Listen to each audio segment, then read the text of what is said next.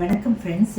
இன்றைக்கி நம்ம காலை டிஃபனுக்கு ஆரோக்கியமான சிறுதானியமான சாமை வச்சு சூப்பராக ஒரு டிஃபன் செய்யலாங்க. சாமை பொங்கல் எப்படி செய்யலான்னு பார்ப்போம். இதில் நிறைய அளவு சத்துக்கள்லாம் அடங்கியிருக்கு. அதே சமயம் ஈஸியாகவும் டைஜஷன் ஆகிடும். இதை நம்ம குக்கரில் எப்படி செய்யலான்னு பார்க்கலாம்.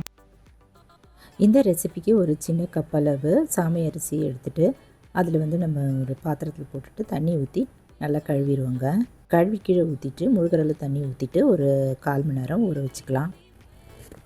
அடுப்பில் ஒரு பேன் வச்சுட்டு அதில் 1/4 கப் அளவு பைத்தம்பருப்பு போட்டுட்டு 1 நிமிஷம் வரைக்கும் லைட்டாக அப்படி வாசனை வர வரைக்கும் வறுத்துக்கலாங்க. இப்போ வறுத்த இந்த பருப்பை நம்ம ஒரு குக்கரில் போட்டுட்டு தண்ணி ஊற்றி கழுவிட்டு எடுத்து வச்சிடலாம். இப்போ ஊற வச்சிருந்த சாமை அரிசி தண்ணியெல்லாம் வடிய விட்டுட்டு இப்போ இந்த பருப்போடு சேர்த்துட்டு 2.5 டம்ளர் அளவு தண்ணி ஊற்றிட்டு கூடவே 1 டீஸ்பூன் அளவு நெய்யும் சேர்த்துட்டு 1 டீஸ்பூன் அளவு உப்பு சேர்த்துட்டு அடுப்பில் வச்சுட்டு ஆவி வெயிட் போட்டு நல்லா 3-4 சவுண்டு வர வரைக்கும் விசில் வர வரைக்கும் வேக வச்சுட்டு இறக்கி வச்சுக்கலாம். இப்போ பொங்கல் தாளிக்கிறது கொஞ்சம் கருவேப்பிலை, இஞ்சி, 1/2 டீஸ்பூன் ஜீரகம், 1/2 டீஸ்பூன் பொடித்த மிளகுத்தூள் எல்லாம் எடுத்து வச்சுக்கலாங்க. பெருங்காயத்தூள் எடுத்து வச்சுப்போம். இப்போ இந்த பொங்கல் நல்லா வெந்துருச்சு.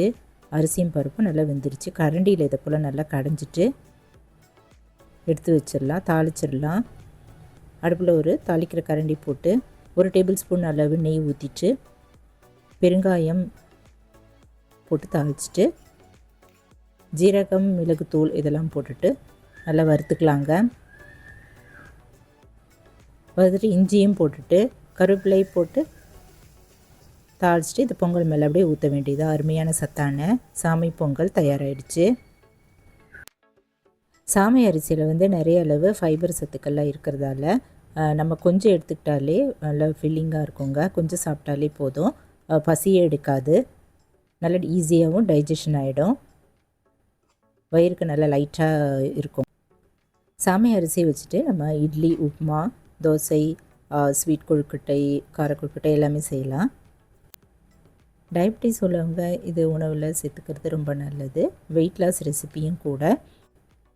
இந்த சாமை பொங்கலுக்கு சைடிஷாக தேங்காய் சட்னி சூப்பராக அருமையாக இருக்குங்க. இந்த சாமை ரெசிபி உங்களுக்கு பிடிச்சிருந்தா வீடியோவுக்கு ஒரு லைக் பண்ணுங்கள், சேனலை சப்ஸ்கிரைப் பண்ணுங்கள். மறுபடியும் ஒரு ஆரோக்கியமான ரெசிபியில் சந்திக்கலாம். தேங்க்ஸ் ஃபார் வாட்சிங். நன்றி, வணக்கம்.